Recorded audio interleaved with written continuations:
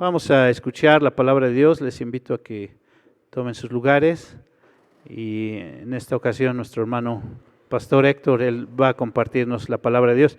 Él va a estar, quiere estar un poquito más cerca. Sí, bueno. Hermanos, precisamente la palabra de Dios estará basada en esta porción de la Escritura, San Juan capítulo 17. Espero que todavía tiene bastante energía para recibir la palabra de Dios. ¿Tienen calor? Sí, ¿verdad? Pero bueno, vamos a disfrutar. Hermanos, estamos aquí para celebrar este culto unido. El Señor nos permitió estar en la mañana en la iglesia del Mesías y tener este culto evangelístico y comer juntos y etcétera. Pasamos un momento muy especial. Y hoy en la tarde ya estamos aquí, tuvimos una convivencia y comida con la iglesia Betania y estuvimos algunos de la iglesia del Mesías, Maranata México y Maranata El Paso, y llegó el pastor Uciel y su esposa también. Así que bueno, creo que de alguna manera se cumplió el propósito precisamente de tener este tipo de evento, culto unido, donde de alguna manera refleja la voluntad de Cristo antes de ir a la cruz. Decía el pastor Jacinto que esta oración de Juan 17 es conocida como la oración intercesoria o la oración pontifical. Pensando en esto, ¿quién dicen los hombres que es el Hijo del Hombre? O sea, ¿quién es Jesús? Y Pedro le dijo, ¿qué?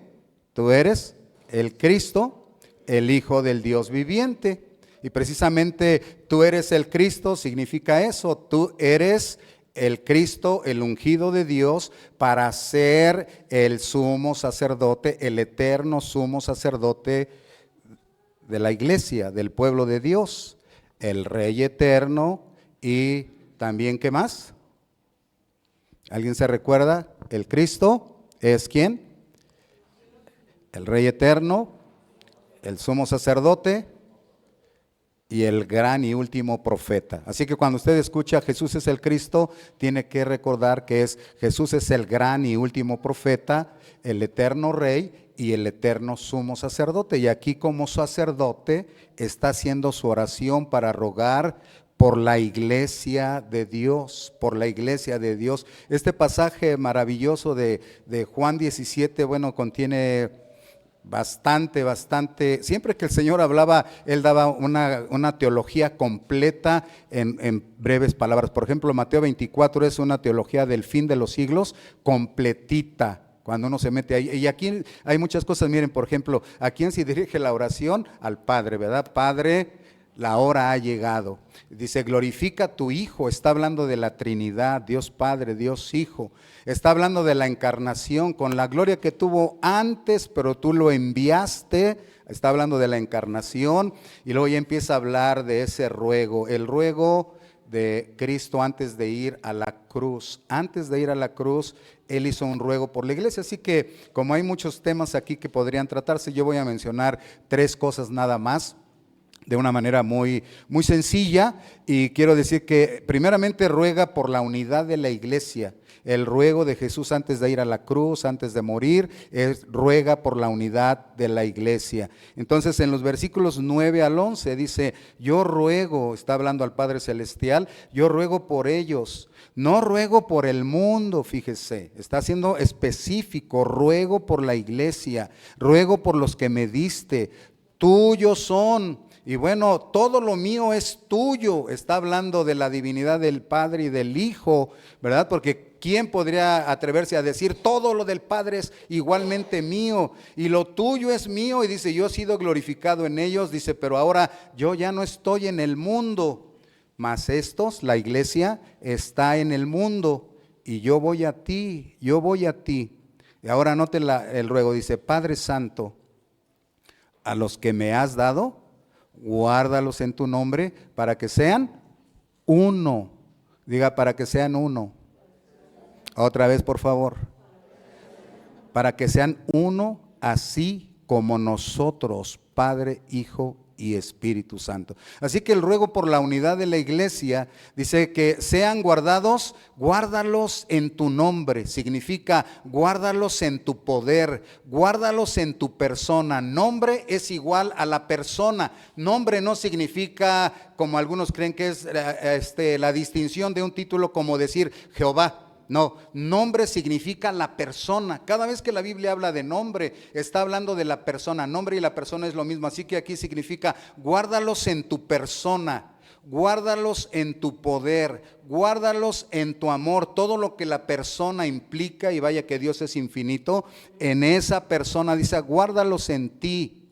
Y dice, para que sean uno. Entonces la base de la unidad está en la unidad de la Trinidad, Dios Padre, Hijo y Espíritu Santo. Pero decíamos primero que es que sean guardados en el poder, en la persona del Padre. Después habla de la unidad del Padre con el Hijo y dice, así como tú y yo somos uno, que sean uno así como nosotros. Entonces la base o el fundamento de la unidad está en la unidad del Padre y el Hijo y por supuesto el Espíritu Santo, ¿no? Y quiero aquí brevemente mencionar que debemos de tener cuidado cuando se habla de la unidad de la iglesia. Hoy por hoy se está haciendo mucho énfasis en que la iglesia tiene que ser una, que todos debemos estar unidos, que el amor debe de imperar en todos los lugares. Yo estoy de acuerdo con eso, pero el asunto es ¿cómo? Porque se está diciendo que debemos de ser uno sin importar la doctrina, sin importar la verdad, sin importar el evangelio. Simplemente es algo romanticismo de decir, no, pues que seamos uno, punto. No importa si tú crees en Alá, si tú crees en Jehová, si tú crees en X Dios, no importa, el chiste es que seamos uno. ¿Uno en qué?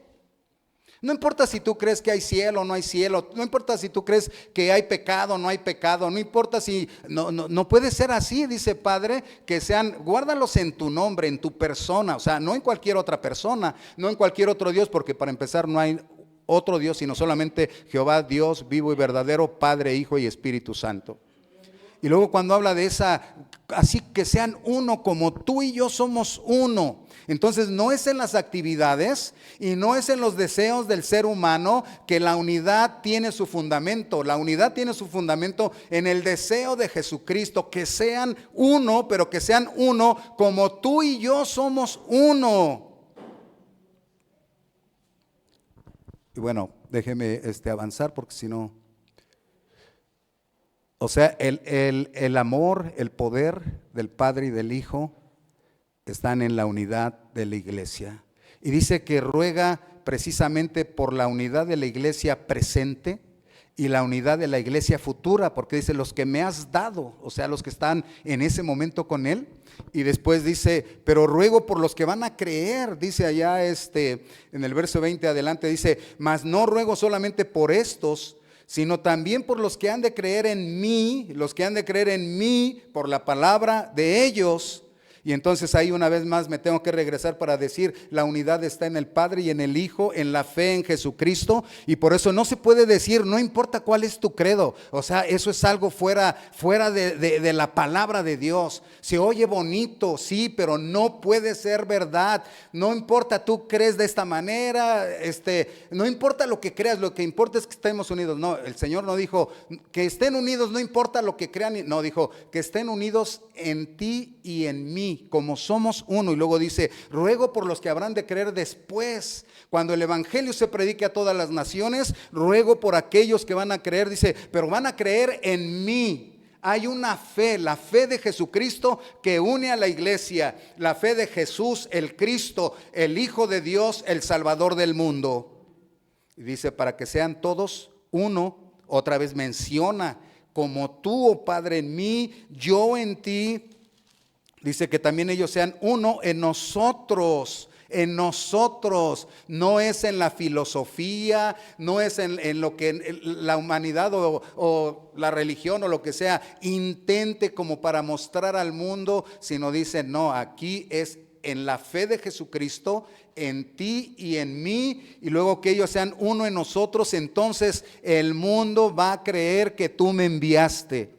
Cuando la iglesia vive en unidad, el mundo cree que Jesús es el Cristo, el enviado de Dios. Por eso la iglesia sí tiene que tener mucho cuidado, que dentro de la iglesia no haya discordias, no haya divisiones, no haya separaciones, no haya discusiones, no haya pleitos, porque eso detiene el avance de la iglesia, eso detiene el testimonio de la iglesia. El mundo va a creer cuando una persona entra a la iglesia y mire el amor de la iglesia, empieza a ser movida a creer, porque del mundo vienen hambrientos, en un mundo de odio, de caos, de división, de mentira y de falsedad. Viene a la iglesia y oye del amor de Dios y oye del amor de Cristo y lo ve reflejado en la iglesia. Eso le mueve a decir: parece que es verdad lo que dicen. Y por eso dice: que la iglesia esté unida en ti y en mí, oh Padre, que sean uno como tú y yo, para que el mundo crea que tú me enviaste. Así que, hermanos, estamos desperdiciando un gran poder. Cuando la iglesia se divide, pierde su poder de testimonio. Y aquí dice claramente que cuando la iglesia esté unida, entonces el mundo va a creer que Jesús es el enviado de Dios para ser el Salvador del mundo. Un día va a venir el Cristo, un día va a venir el ungido de Dios, un día va a venir el enviado de Dios. Jesús es el Cristo, el Hijo del Dios viviente y el único Salvador del mundo. Y el mundo va a creer cuando vea la unidad. Por eso yo les ruego, iglesia, hago un llamado a la iglesia local: permanezcan unidos en su congregación, hermanos. Permanezcan unidos con su liderazgo. Únanse a su liderazgo. Únanse a su liderazgo. Dios les ha dado un pastor o un liderazgo en la iglesia. Tienen que estar unidos a ese liderazgo. ¿Saben por qué? Porque de otra manera va a haber división. Y si hay división, no va a haber bendición. No es verdad que había leído el pastor Jacinto, el Salmo 133, que cuando los hermanos están en unidad y en armonía, ahí envía Jehová, ¿qué? Bendición y ¿qué? Y vida eterna. Entonces el mundo va a creer cuando vea la unidad de la iglesia. Y es tan importante, hermanos, que nos salgamos de nuestro ego, de nuestro yo, de nuestros propios intereses. La iglesia no es un negocio. La iglesia no es un lugar para realizarnos y alcanzar nuestros propios metas y nuestros propios sueños. La iglesia es el cuerpo santo de Jesucristo y tenemos que mirarlo así, con ese tamaño. Es el cuerpo de Cristo. Lo que le hagas a la iglesia, se lo haces a Jesucristo. Y si lo entendemos así y nos unimos, cuando la gente venga, va a recibir a Cristo como Señor y Salvador. Así que no perdamos. A veces pedimos: Señor, tócalos, Señor, sálvalos. Salimos a evangelizar, luego Dios nos manda gente y tristemente a veces nosotros mismos los corremos. Así que prestemos atención. Bueno, a lo mejor me debería de quedar aquí y hablar solo de la unidad, pero luego hay otro ruego. Ahorita voy a hacer la aplicación. El otro ruego es: ruega por la santificación de la iglesia. Versículos 15 al 19 dice el Señor: no ruego que los quites del mundo, sino que los guardes del mal. No son del mundo, pero así que no ruego que los quites del mundo, sino que los guardes del mal. No son del mundo, como tampoco yo soy del mundo. Dice: santifícalos ¿en qué? Santifícalos en tu verdad. ¿Y dónde está la verdad? En la palabra de Dios. O sea, la iglesia tiene que estar cierta y segura que la Biblia es la palabra de Dios que vive y permanece para siempre. La Biblia es la verdad de Dios. No tenemos que andar discutiendo a ver dónde está la verdad, porque ahora cuando uno habla de la verdad, la gente responde: ¿y qué es la verdad? ¿Y dónde está la verdad? Sí, la verdad es Jesucristo, punto. Y su palabra es la verdad revelada y escrita. No hay manera de discutir, no hay manera de perdernos, quería decir, no hay manera de perdernos. Caray, sí, ¿no? Cuando nos dicen: ¿y dónde está la verdad? Pues la verdad es Jesucristo. Yo soy el camino. Sí, y luego dice aquí: Padre, santifícalos en tu verdad. ¿Y cuál es la verdad? Tu palabra es la verdad. La iglesia tiene, hoy más que nunca, la iglesia tiene que plantarse en la palabra de Dios. Doctrinas vienen, doctrinas van, pensamientos filosóficos, ideas. El mundo está trastornando con muchas cosas que se dicen y se hacen, y la iglesia anda así como pues, ¿qué hacemos? ¿Cómo podemos responderle al mundo? Contéstale con la palabra de Dios que vive y permanece para siempre. Nunca ha sido diferente, hermanos. Hubo el tiempo de los griegos, los grandes filósofos de la historia, y ellos traían sus su pensamiento y era el evangelio limpio, sano, puro, el poder de la palabra de Dios transmitida a través de los predicadores, la obra del Espíritu Santo que hacía la conversión de la gente. Así que nunca ha sido diferente. Hoy vivimos tiempos tan difíciles, decimos, y la gente está tan educada. ¿A poco no crees que en el tiempo de los gnósticos había gente súper educada? Los que nos dieron toda la filosofía, todos los griegos, ellos tenían unos pensamientos tremendos. De ahí se han agarrado algunos en nuestros días. Pero nunca ha sido diferente, hermanos. No debemos de tener miedo ni tratar de decir, ¿cómo les respondes? Contéstales con la palabra de Dios. ¿O acaso la Biblia no es la espada del Espíritu? ¿Acaso la Biblia no es la espada del Espíritu? Si yo me trato con sus mismos argumentos de discutir, puede ser que hasta pierda. Pero si yo le presento la palabra de Dios, siempre voy a ganar, porque esta es la palabra de Dios que vive y permanece para siempre. Pasarán los filósofos, pasarán todas las personas o personalidades que existan, y la palabra seguirá permaneciendo para siempre, ¿no? Entonces, santifícalos, dice el Señor. No son del mundo, iglesia. Tienes que recordar, no somos del mundo. No quieras vivir como los del mundo. No quieras adaptarte al mundo. La iglesia hoy se está queriendo adaptar al mundo. Está queriendo seguir sus modas, no solamente en ciertas apariencias o maneras de hablar, pero en sus estilos de vida. Y ahora la iglesia quiere vivir como los del mundo. Y dice el Señor, guárdalos, santifícalos. No son del mundo, están en el mundo, pero no son del mundo. Y por eso santifícalos, o sea, apártalos del mundo, apártalos del pecado, apártalos de la maldad y apártalos como tu pueblo, tu iglesia, y apártalos en tu verdad. Así que la iglesia hoy por hoy tiene que decir con toda fuerza, la Biblia es la palabra de Dios que vive y permanece para siempre, y lo que dice la palabra de Dios es la verdad. Amén. Así que ahí seremos santificados en la verdad, porque dicen que no ruego que los quites del mundo, no. ¿Sabe por qué? Nos va a dejar en el mundo para que seamos luz del mundo. Por eso la iglesia no puede adaptarse al mundo en el sentido de que deje que el mundo entre, porque Dios nos puso aquí no para convertirnos al mundo, sino para que el mundo se convierta a Cristo a través de la iglesia. ¿Y cómo lo va a hacer? Cuando la iglesia viva, practique y predique la palabra de Dios, que tiene poder para dar vida y para santificar. Aquí en este pasaje se mencionan varias veces las palabras que tú me diste, yo se las he dado. Yo les he dado tu palabra y el mundo los aborrece. Escuchen, cada vez que la iglesia hable la palabra, el mundo nos va a aborrecer. No nos debe de sorprender. Hoy la iglesia se quiere acomodar para que el mundo no nos aborrezca. Y más o menos como que pensamos, si les decimos algo como que estamos en acuerdo con ellos, va a ser muy fácil que nos acepten. Bueno, nos van a aceptar a nosotros, pero no se trata que nos acepten a nosotros. Se trata de que acepten a Jesús el Cristo, el único Salvador del mundo, ¿verdad? Y Él nos puso para ser la luz del mundo, no para convertirnos al mundo. Así que, hermanos, la verdad sí es importante. Hoy se dice así, no importa la verdad, pues la verdad, lo que importa es que estemos unidos, hermanados. ¿Hermanados en qué? ¿Unidos en quién o en qué? Y por eso dice aquí que la verdad sí es importante. Ya dijimos, ¿no? Para empezar, la verdad es Jesucristo. Su palabra es la verdad escrita, revelada, es la palabra transformadora.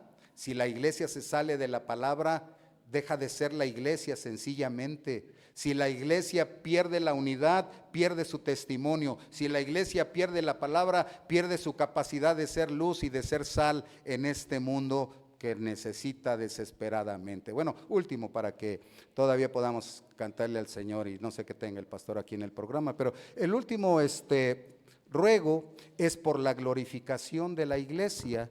En el verso 24 dice, Padre, aquellos que me has dado, quiero que donde yo estoy, ¿qué?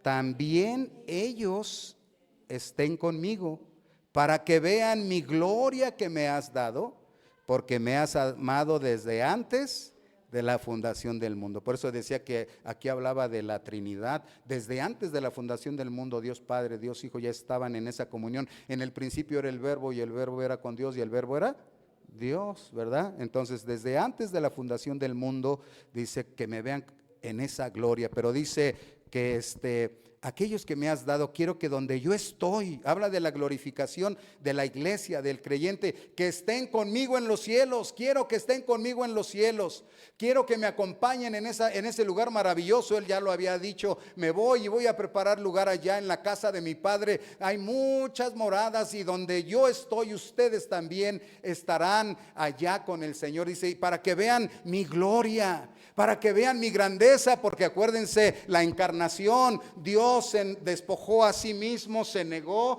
y entonces se encarnó en Jesús, y la gente veía a un Jesús débil, a un Jesús humano, sin una grandeza, digamos, de tipo mundo, sino por todo lo contrario, una humildad tremenda. Y dice, pero yo quiero que ellos vean mi gloria, que vean la gloria que tenía contigo, mi grandeza, mi majestad. Se imagina cuando conozcamos a Dios Hijo en la persona de Jesús, pero ya en toda su gloria, su esplendidez, su grandeza, su majestad. Bueno, ni siquiera hay palabras para describir. Lo único que podemos decir es que la gloria del Señor llena cielos y tierra. Que vean que me has amado antes de la fundación del mundo. Entonces termino con esta conclusión, porque, hermanos, en el versículo 4 dice, yo te he glorificado. Vamos a leerlo, esta va a ser la conclusión. Dice, yo te he glorificado en la tierra, he acabado la obra que me diste que hiciese, ¿no? Mire qué maravilloso. Aquí está, cuando ya la persona ha concluido, ya obvio, ya nada más le faltaba la muerte, pero ya él había hecho el trabajo y consideraba la obra consumada. Dice, yo te he glorificado en la tierra. ¿Para qué te creó Dios a ti y a todos los demás? ¿Para qué te creó a Dios a ti y a todos los demás? Para su gloria. Y entonces a veces uno se pregunta así, bueno, pues ¿cómo puedo glorificar a Dios? Dice aquí, yo te he glorificado en la tierra y he acabado la obra que me diste que hiciese. ¿Cuál es la obra que Dios te ha dado que hagas? Fíjate bien, ¿cuál es la obra que Dios te ha dado que hagas? Porque cuando tú la cumplas, esa es la manera de glorificar al Padre Celestial. Tienes un pastorado, cumple tu pastorado con entrega, con pasión, con santidad. Ríndete a ese ministerio, porque cuando llegue el tiempo tú vas a poder decir, Señor, he acabado la obra que me diste que hiciese. Tienes un liderazgo dentro de la iglesia, eres un anciano, eres un diácono. Responde a ese tamaño del llamado que el Señor te ha hecho y di, voy a hacer esa parte de liderazgo en la iglesia que pone el ejemplo de entrega, que pone el ejemplo de humildad, que pone el ejemplo de servicio, porque el Señor no vino para ser servido, sino para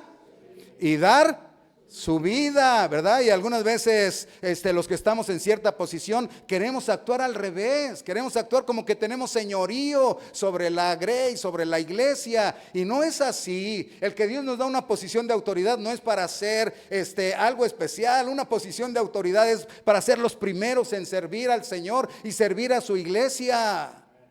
Y entonces cuando digas, he cumplido el ministerio que me diste, seas anciano, seas diácono o maestro o líder de jóvenes o en el ministerio de la alabanza, donde quiera que estés en el ministerio, de todo con humildad, todo para la gloria de Dios, y siempre pensando que Dios ha puesto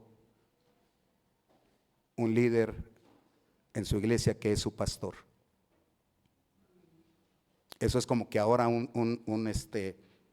no sé si la frase sirva, pero es como un talón de Aquiles en la iglesia. No se entiende bien que Dios llamó a los pastores para dar liderazgo y dirección a la iglesia. Y ahora hay como una cierta confusión, porque todo el mundo quiere tener liderazgo y a veces incluso como que batallan así como contra el pastor. Los ancianos y los diáconos no están para luchar contra el pastor, están para apoyar al pastor, para unirse al pastor y hacer de la iglesia algo maravilloso para la gloria de Dios. Y la iglesia tiene que entender bien, Dios nos puso un pastor, y el buen pastor su vida da. Sí, pero las ovejas oyen su voz y lo siguen, ¿verdad? El pastor no tiene que seguir a las ovejas. Las ovejas tienen que seguir al pastor. Eso es lo normal y lo natural, de acuerdo a la enseñanza del Señor Jesucristo.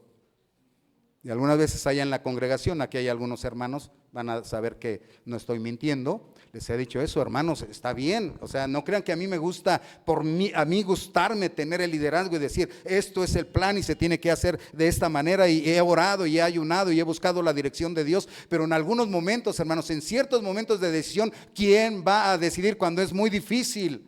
Tiene que haber una persona que diga, ni hablar. Dios nos guía para esto y ustedes tienen que decir, amén, somos la iglesia, las ovejas siguen al pastor, porque si es al revés ya estamos mal. ¿No lo cree? ¿No lo cree? ¿Sí? ¿No lo cree? No, decía, pero no voy a hablar de eso. Es que solamente que hay está siendo un problema en las iglesias, hermanos, por eso hay muchas divisiones, porque algunos líderes quieren tomar mucha fuerza, mucho poder, y luego se llevan un grupo y la gente se va y está bien, o sea, el diablo está dañando mucho a la iglesia precisamente por la falta de unidad. Si entendiéramos como el Padre y el Hijo, Padre, te he glorificado en la tierra, no vengo, oh Dios, a hacer lo que yo quiero, sino lo que tú me indicaste y lo que está escrito en el libro. ¿Tú crees que Dios, hijo, no tenía toda la voluntad y toda la grandeza y divinidad para hacer cosas y obras maravillosas? Pero dijo, te he glorificado en la tierra, me enviaste, lo que está escrito en el libro es lo que he venido a hacer, y incluso me enviaste para encarnado ir a la cruz. Dice, se negó a sí mismo, se despojó, se humilló, voluntariamente escogió esa condición de humano y de esclavo para morir en la cruz por el pecador. Y así en la iglesia tenemos que aprender con humildad y amor, permanecer en unidad, seguir el liderazgo, unirnos, los ancianos y diáconos con el pastor en unidad, en humildad, y decir, vamos para adelante. Entonces, si los pastores y los ancianos y los diáconos están unidos, la iglesia va a buscar la unidad. Porque no va a haber manera de que, oiga hermano, pues es que a mí no me parece lo que el pastor y el anciano dice, pues yo tampoco, es lo que estamos viendo, y ya empiezan, no. Ahí va el diablo a trabajar. Por eso, hermanos, vamos a guardar la unidad bendita de la iglesia. Recuerde, es el cuerpo bendito de Cristo en la tierra, como el Padre y el Hijo. Que así seamos uno. Cierre sus ojos. Padre, hemos compartido tu palabra sencilla, simple. Por favor, que tu Espíritu Santo haga la obra a través de esta palabra escrita y revelada, tu verdad escrita. Vive y permanece para siempre. Es transformadora, Señor. Da nueva vida. Y da poder y transforma las vidas. Espíritu Santo, usa la palabra para que la iglesia tuya en sus locales, las iglesias locales permanezcan en unidad, para que las iglesias locales permanezcan, Señor, en humildad delante de ti y que cumplan el ruego de Cristo cuando iba rumbo a la cruz. Padre, que sean uno. Que se amen como tú y como yo. Padre, no dejes que se dejen arrastrar por el mundo sus pecados. No dejes que se influencien por el mundo. Santifícalos en tu palabra santa y bendita. Y Padre, que donde yo estoy ellos también estén. Gloria a Jesús el Cristo, el sumo sacerdote de la iglesia. Su ruego es perenne para siempre. Y seguramente su ruego triunfa. Así que la iglesia está segura en las manos de Cristo Jesús. y la iglesia permanecerá firme en el ruego de Cristo, el sumo sacerdote.